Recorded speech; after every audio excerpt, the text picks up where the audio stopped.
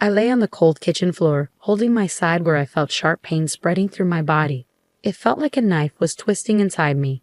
My 7-year-old daughter, Lily, stood nearby, her small face showing how scared she was.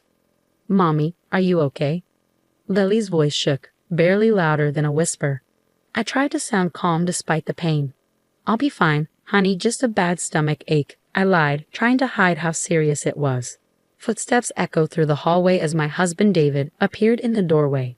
His face showed annoyance instead of concern. He was ready for his trip, holding his suitcase. "What's going on, Evelyn? Why are you on the floor?" David asked, sounding annoyed. "I think it's appendicitis, David. It's really bad. We need to go to the hospital," I managed to say, each word hurting me. He scoffed. "Appendicitis? You're probably overreacting. It's likely just indigestion." "But David, I really think—" My words were cut off by a sharp pain, making me wince. David checked his watch, clearly impatient. "I can't miss this trip with Rachel. Just call a taxi or something." I couldn't believe it. "David, I can't even move. Lily's here. I need you," I begged, desperation in my voice. He shook his head, not caring. "I'm sure it's nothing. Call if it gets worse." And with that, he left, his suitcase trailing behind him. I was left alone in pain with Lily. Lily's small hands found mine, her tears matching my own. "Mommy, don't be sick. You have to be okay." I gathered what little strength I had and pulled Lily close. "I'm here, darling. Mommy's here." With David gone, I knew I had to act. With shaking hands, I grabbed my phone and called the only person I knew I could count on, my brother Michael. The phone rang, its sound piercing the quiet kitchen. "Hello," Michael's voice came through, a beacon of hope. "Michael, it's Evelyn. I need help. I think it's appendicitis. I can't move and Lily is scared," I managed to say, each word a struggle. There was a brief silence, then Michael's voice, calm and steady. "I'm on my way. Hold tight, Evelyn. I'll be there soon." Leaning against the cold tile floor, I closed my eyes, trying to endure the pain. Lily nestled close to me, a small comfort in the midst of turmoil. In that moment, a determination grew inside me. David's abandonment during my crisis wouldn't be forgotten. It was a deep hurt, a betrayal that marked a turning point. As I waited for Michael, one thing became clear: things would change. In the hospital bed later, surrounded by sterile walls and beeping machines, a sense of calm settled in. The surgery for my appendicitis went well, but David's emotional absence still stung. I had called my parents to care for Lily while I recovered, their voices filled with concern and unspoken questions about David's whereabouts. 3 days later, I was back home, the physical pain now a dull reminder of the recent ordeal. Lily greeted me eagerly, her face lighting up at my return. "Mommy, you're back. Are you all better now?" Her innocent question warmed my heart. "I'm getting there, sweetie," I replied, hugging her tightly, grateful for her presence. The peace of our reunion was shattered the next day by the slam of the front door. David and his sister Rachel burst in, their voices filled with frustration. "Why didn't you pick us up yesterday? We had to spend extra on a taxi and train fares." David's accusatory voice rang out as he entered the living room. I felt a surge of anger at his boldness. "Welcome back. Must have been quite a journey," I said coldly, locking eyes with him. David halted, taken aback by my icy reception. Even Rachel seemed surprised by the tension. "What's with the attitude, Evelyn?" David demanded. I couldn't hold back anymore. "While you were enjoying your trip, I was in a hospital," I said, my voice steady but simmering with anger. "And you, Rachel, always demanding David's time without considering his family." Rachel flushed and David appeared bewildered. "What are you talking about? You were fine, right?" he replied, sounding dismissive. "It's not just about being okay, David. It's about being there when your family needs you," I shot back, my frustration boiling over.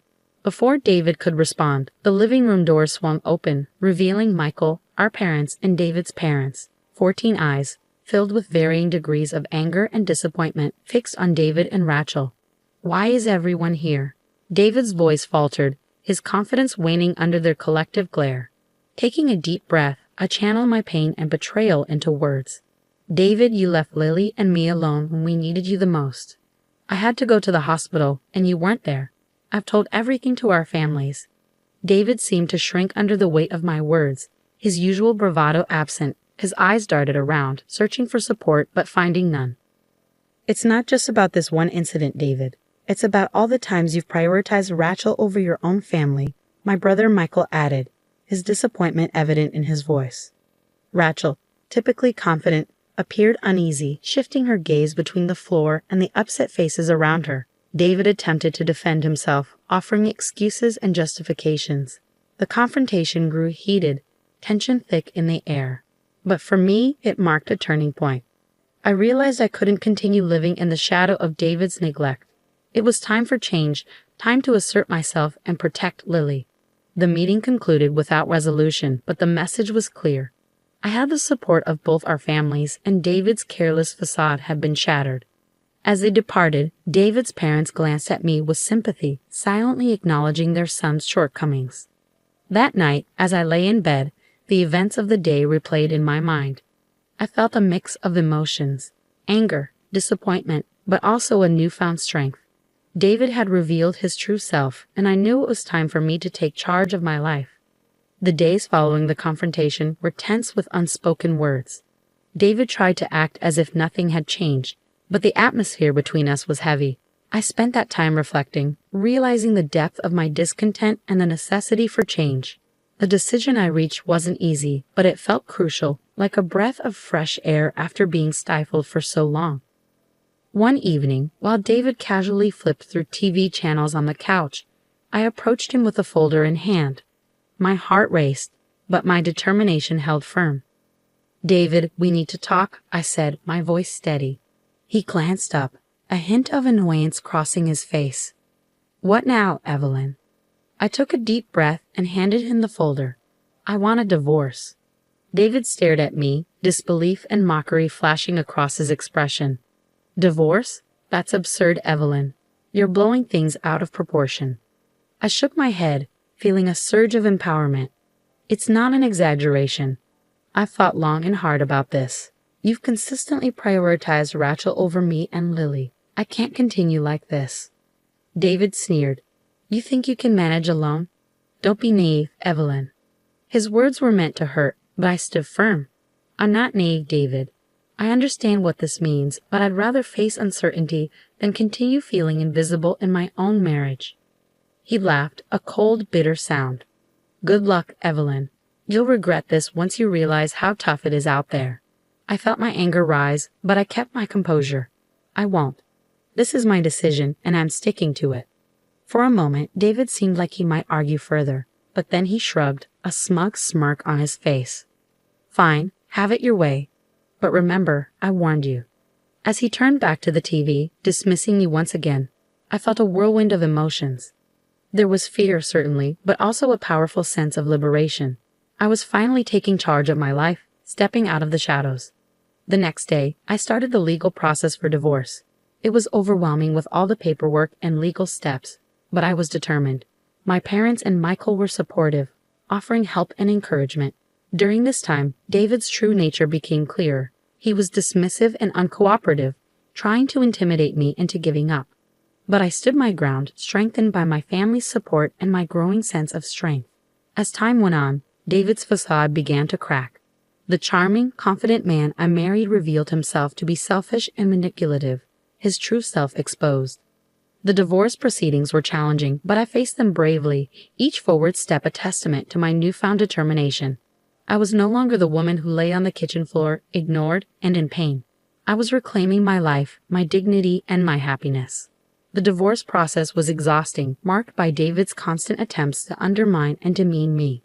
In our meetings, he would sneer and make hurtful remarks about my parenting and my future without him.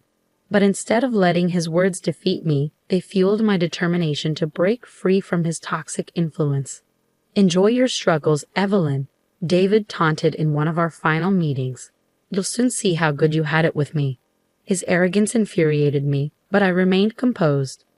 I'd rather face challenges every day than spend another moment with someone who has so little regard for his family, I replied firmly. David's smug demeanor briefly faltered, replaced by a flicker of anger. He quickly masked it with a scoff, but I could sense my words had struck a nerve. The day the divorce was finalized brought a strange mix of relief and nervousness. I was finally free from David, yet the road ahead seemed daunting. However, as I walked out of the courthouse, a wave of liberation washed over me. In the weeks following our divorce, David's life began to unravel. His neglectful behavior and our separation became the gossip of his workplace. Colleagues who had once admired him now looked at him with pity and disdain. His charming facade had crumbled, exposing the pettiness and selfishness beneath. News of our divorce spread throughout our community, largely due to my cousin, who was well connected in our neighborhood. David, who had always cared deeply about his image and reputation, found himself the subject of hushed conversations and judgmental stares. Rachel also faced criticism. Her role in our marital problems was now public knowledge, and friends and neighbors began to regard her with suspicion and disapproval. The bond she had with David, once unbreakable in her eyes, now seemed strained and uneasy. One evening, while picking up Lily from school, I overheard a heated argument between David and Rachel outside their house. Their voices dripped with blame and resentment. "It's your fault we're in this mess, Rachel," David yelled, his frustration palpable. "How dare you blame me? You're the one who couldn't hold your family together." Rachel shot back, her voice filled with anger. Their argument was a stark contrast to the united front they once presented. The discord sowed by their actions had finally come to fruition, and now they were facing the consequences. As I walked away with Lily, I felt a sense of vindication. David and Rachel were now grappling with the results of their selfish choices. It was a tough lesson, but one they had brought upon themselves. That night, as Lily slept peacefully in her room, I sat by the window reflecting on the past few months. The journey had been challenging, but it had brought me to a place of strength and self-respect. I had fought for my dignity and for Lily's future. Although the future was uncertain, I felt prepared to confront it with newfound confidence. In the aftermath of the divorce, life settled into a new rhythm, one that was quieter yet more fulfilling. The weight of my unhappy marriage had lifted, replaced by a newfound sense of independence. I began rebuilding my life step by step, with Lily by my side. My first priority was finding a job. The gap in my resume from years spent focusing on motherhood was a concern, but I was determined. After several interviews, I secured a position at a small accounting firm. The firm, led by a supportive woman who valued working mothers, offered a flexible and understanding environment. It was an ideal fit for me. Lily embraced the changes with the resilience that only children possess. She started kindergarten, making new friends and eagerly diving into learning. Her laughter and lively conversations filled our home with happiness, a stark contrast to the tense atmosphere of the past. Yet despite these positive changes, reminders of my past with David lingered. One afternoon, while dropping Lily off at school, I overheard a group of parents whispering, "That's her, Evelyn. Her husband left her because he couldn't stand being around her anymore," one of them said. Their words stung, but I held my head high. The gossip and judgment were small prices to pay for the freedom and peace I now had. Meanwhile, David's life continued to unravel. His pride took a significant hit, and his once flawless reputation was now tarnished. I heard from mutual acquaintances that he had moved back in with his parents, a fact he tried to conceal but eventually became known. Rachel's situation wasn't any better. Her interference in our marriage had isolated her from many friends. The once close siblings were now barely on speaking terms, their relationship strained by blame and regret. As for me, I found solace in the unwavering support of my family. My brother Michael had moved closer to us, his presence a constant source of comfort. My parents showered Lily with love, their affection soothing the wounds of the past. One day, while savoring coffee in my kitchen, I reflected on the journey I had endured, the pain, the struggle, and ultimately, the liberation. It had all brought me to this moment of peace. I hadn't just survived. I had emerged stronger and more self-assured. The doorbell interrupted my thoughts. Opening it, I found David standing there, wearing a look of defeat. "Evelyn, I'm sorry. I didn't realize what I had until it was gone," he said, his apology, though belated, validating my decision. "Thank you, David," I replied gently, "but it's too late. I've moved on." As I closed the door on David and the life we once shared, a sense of closure washed over me. That chapter of my life had ended, and a new one was beginning. In this new chapter, I was the author of my own story, free to shape my future as I saw fit. Lily's voice called out from the living room, and a smile spread across my face.